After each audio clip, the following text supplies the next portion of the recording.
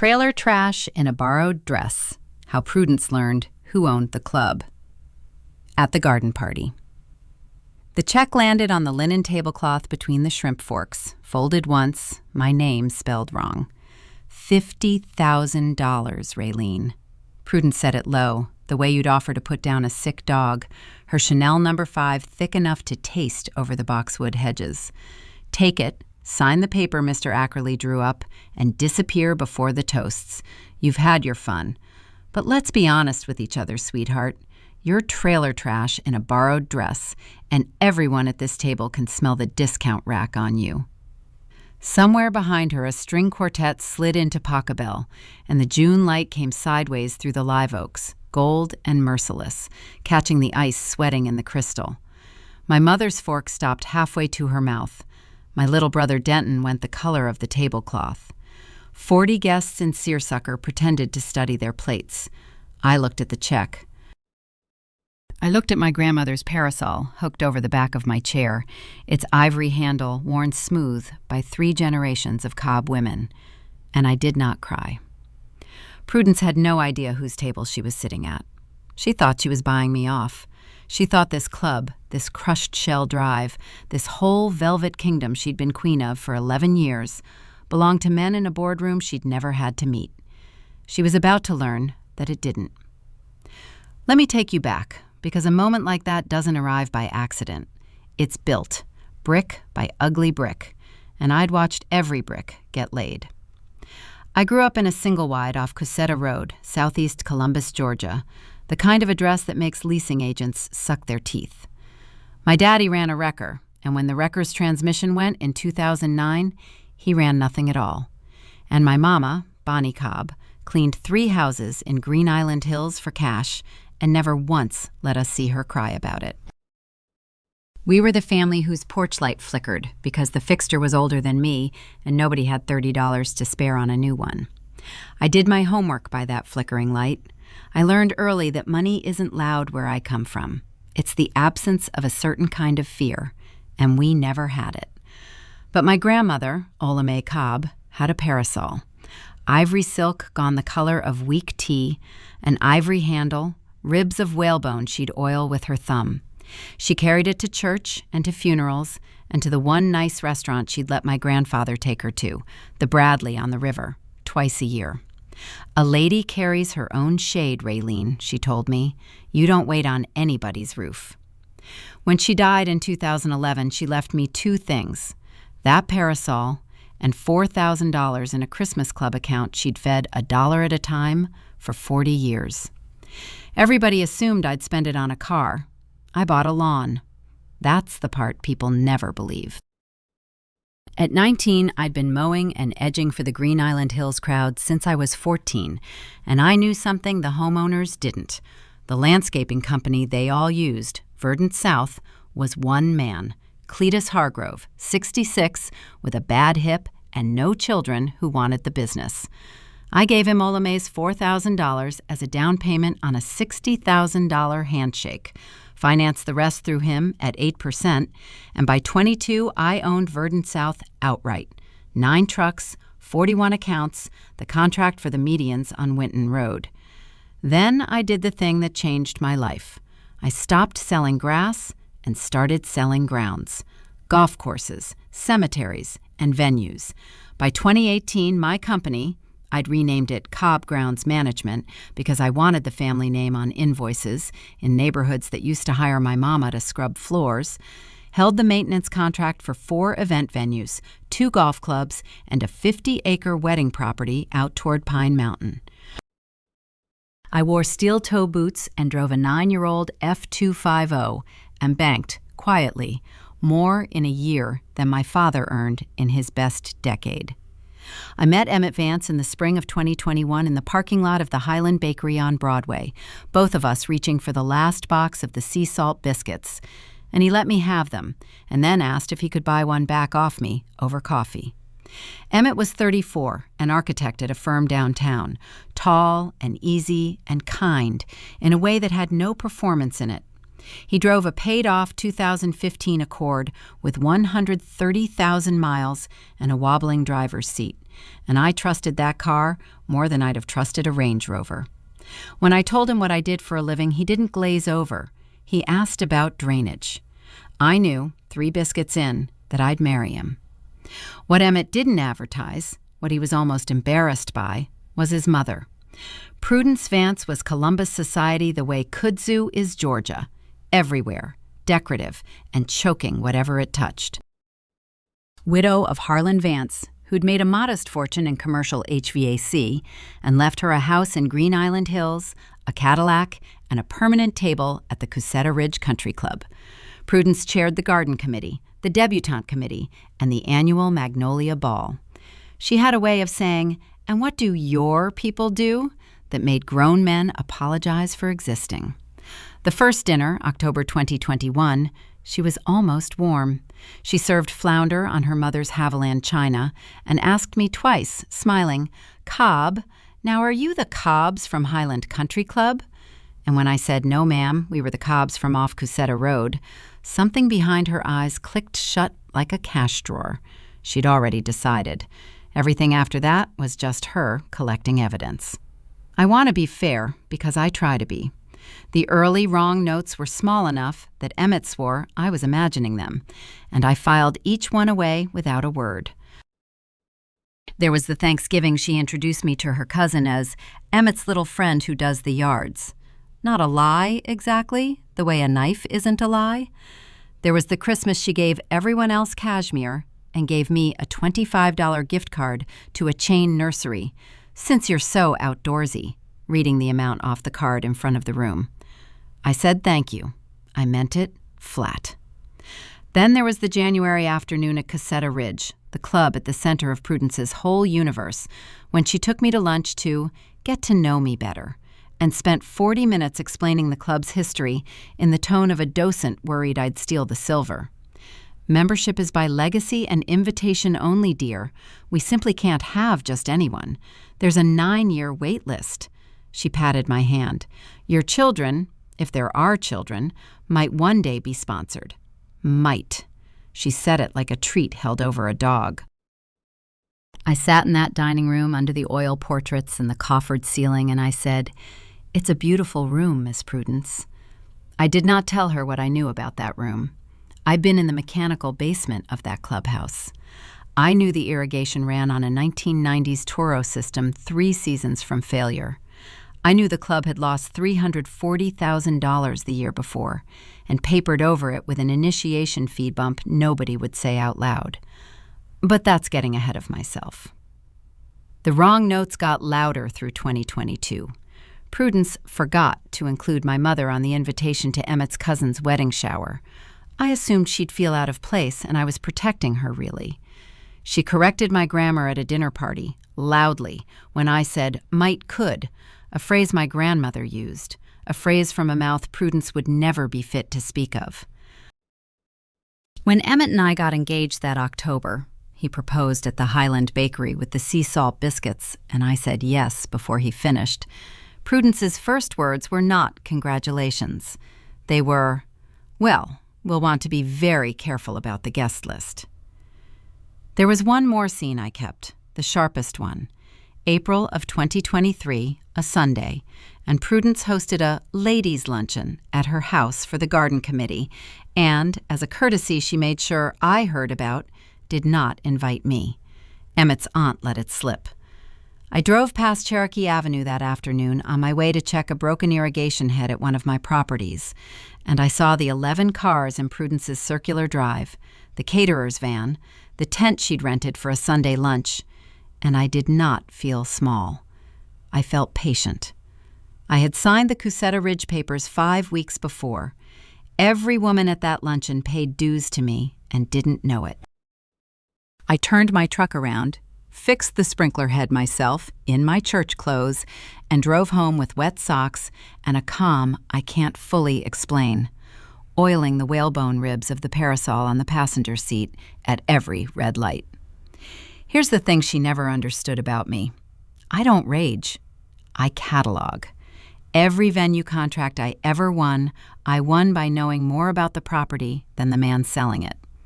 I'd sit across from a country club board that had never once looked me in the eye, and I'd know their deferred maintenance to the dollar, and I'd let them underestimate me right up until the ink was dry. Underestimation was the most valuable thing anyone ever gave me for free, and Prudence gave it to me by the truckload. Which brings me to the garden party, and to the thing I had been sitting on for 14 months, saying nothing, mowing my grass, oiling the whalebone ribs of a dead woman's parasol. Because in the spring of 2023, my company didn't just maintain grounds anymore. We'd started buying the ground under them. Let me say the hidden card plainly, the way I'd eventually say it to Prudence's white face. Cuseta Ridge Country Club, her throne, the whole social empire her status stood on, did not belong to the old families whose portraits hung in the dining room. It belonged to a holding company called Ola May Holdings LLC, and Ola May Holdings LLC belonged to me. Here's how it happened, in plain daylight. Cuseta Ridge had been quietly dying for years. The $340,000 loss I mentioned was the good year. In 2022, the Members Association, Drowning, sold the land and buildings to an investment group and leased it back so they could keep golfing and pretend nothing had changed. That investment group needed a local operating partner who understood grounds, venues, and the Columbus market. My attorney, a sharp, unbothered woman named Wexall, Antonia Wexall, of Wexall and Boone on 12th Street, who'd structured every deal I'd made since I was 23, put me in the room. Over 8 months, I bought out the other investors one by one. By March of 2023, I held a 62% majority stake in the entity that owned Cuseta Ridge Country Club and 2 sister venues across the river in Phoenix City. I signed the final papers on a Tuesday in Wexall's conference room with the parasol leaning against my chair because it had become my habit to bring it to anything that mattered. I owned the club 9 years before Prudence's imaginary wait list would have let my hypothetical children touch the door. I told no one but Emmett and Wexall. Not my mama, not Denton. It wasn't shame, it was strategy. The same instinct that had won me every contract of my life. Ownership was private, structured through the LLC precisely so the members would keep behaving like members and not spook. I ran it through a management company. My name appeared on no plaque. Prudence lunched under my roof twice a week and complained about my company's mulch to a groundskeeper who reported, up a chain she couldn't see, to me. I want you to hold that picture. It matters for what she did next. The garden party was Prudence's own event, the Cuseta Ridge Spring Garden Party, her committee, her afternoon, the social high mass of Columbus. She'd resisted for months even letting my family attend the engagement announcement she'd folded into it. Emmett had to fight her for 4 names: me, my mama Bonnie, my brother Denton, and my Aunt Cheryl. "Very well," she'd finally said, in the voice of a woman granting parking to peasants. "But do coach them, Emmett. The forks alone." We came anyway. My mother wore a navy dress she'd bought at Belk and pressed twice. And she looked beautiful, and I told her so in the car when it wouldn't start on the first turn of the key, and we both laughed at the old Cobb luck. Denton wore a borrowed tie. Aunt Cheryl brought a hostess gift, a jar of her fig preserves with a gingham lid, because that's what you do where I come from. You don't arrive empty-handed. I carried Ola May's parasol against the Georgia sun, ivory silk over my shoulder, and I felt her whalebone in my palm and thought, a lady carries her own shade. The party was gorgeous. I'll give Prudence that. She could throw a party. 90 guests under a white marquee on the 18th hole lawn. Peonies in silver julep cups. A raw bar. That string quartet. My mama's eyes went wide at all of it, and she whispered, "Baby, this is like a magazine." And my chest hurt with how much I loved her and how small this place had spent a year and a half trying to make her feel. Prudence made her move during the appetizers, at the family table, in front of 40 people close enough to hear, which was the entire point. She'd had 2 glasses of Sancerre. She set down her fork.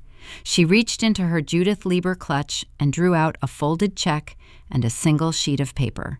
Mr. Ackerley's paper, some cheap NDA and release her lawyer had drafted, offering me $50,000 to end the engagement and vanish. She slid it across the linen, and she said the words I opened with. Trailer trash in a borrowed dress, and everyone at this table can smell the discount rack on you. Then she smiled at my mother and added the thing that turned the temperature of my blood to something I'd never felt before.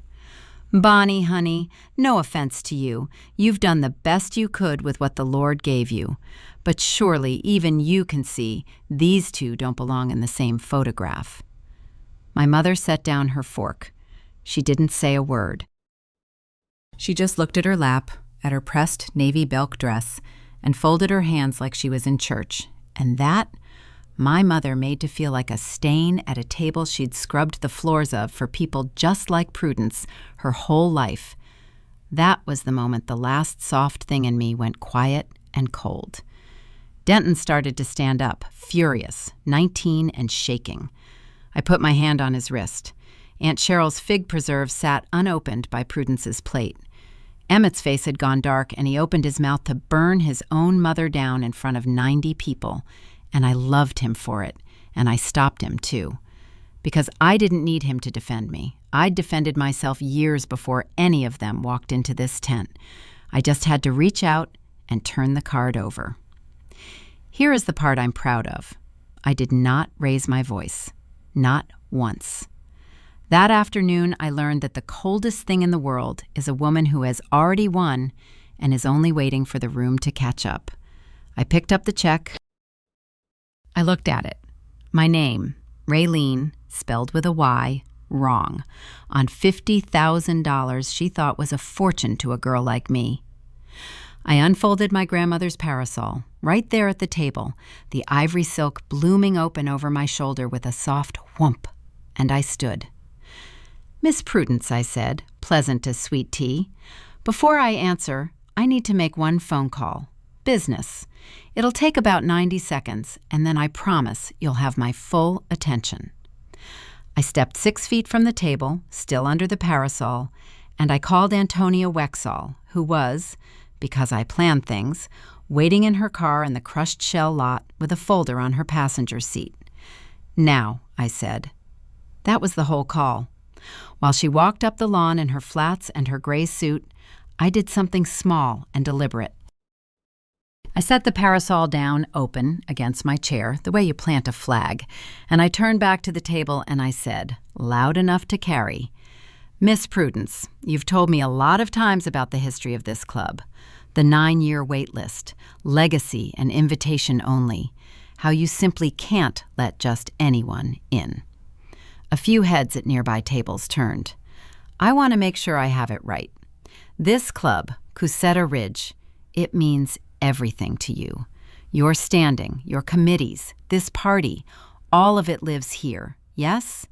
She smiled, thin, sensing a trap and unable to find it. This club is the heart of decent society in this town, Raelene. Not that I'd expect you to. That's what I thought. I nodded to Wexall, who had reached the table and set the folder down on the linen beside the untouched fig preserves, right where Prudence's check had been. This is my attorney, Antonia Wexall. Miss Prudence, I'd like you to meet the majority owner of Cusseta Ridge Country Club. Prudence looked around the tent. Actually looked, expecting some man to stand up. And where is he? There's no he. I let it sit 1 full second. It's me. I have replayed the next 30 seconds more times than I can count, and I still can't do the silence justice. It wasn't loud. That's what people get wrong about a reckoning. They think it roars. It doesn't. It goes very, very quiet, and then you can hear the ice settling in 90 glasses. Wexall opened the folder. She spoke in the flat, bored voice of a woman reading a grocery list, which made it worse.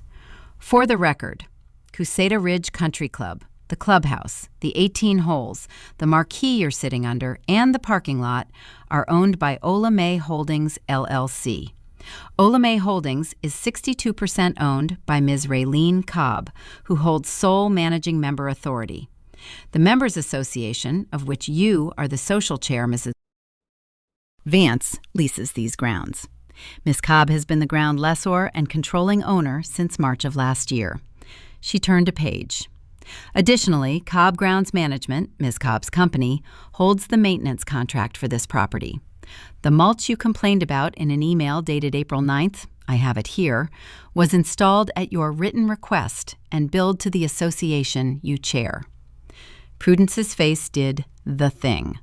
I'd waited 14 months, and I will not pretend I didn't watch every second of it. The color went out of it from the top down, forehead to jaw, like water draining from a glass. Her mouth opened and produced no sound. Her hand found the stem of her Sancerre glass and gripped it so hard I thought it would snap. Her eyes went to Wexall, to the folder, to me standing under an ivory parasol in a dress she'd called borrowed, and I watched her understand, fully, finally, that for 2 years she'd been playing queen in a house that belonged to the girl she was trying to buy for $50,000. That can't, she started. It can, I said. It is. It's all filed with the county, Miss Prudence. Public record. The one thing you never did in 11 years of running this place was read the deed. Then I did the merciful thing, which was also the crueler thing. I picked up her check. I unfolded it slowly so the whole table could see. And I tore it. Once, twice, 4 times, and let the pieces fall into her cousin's fig preserves that nobody would ever eat now. I don't need your $50,000, Miss Prudence, I said. Last quarter, this club cleared more than that in initiation fees alone, and every dollar of it ran through an account I control. You've been paying dues to me since before you knew my mother's name.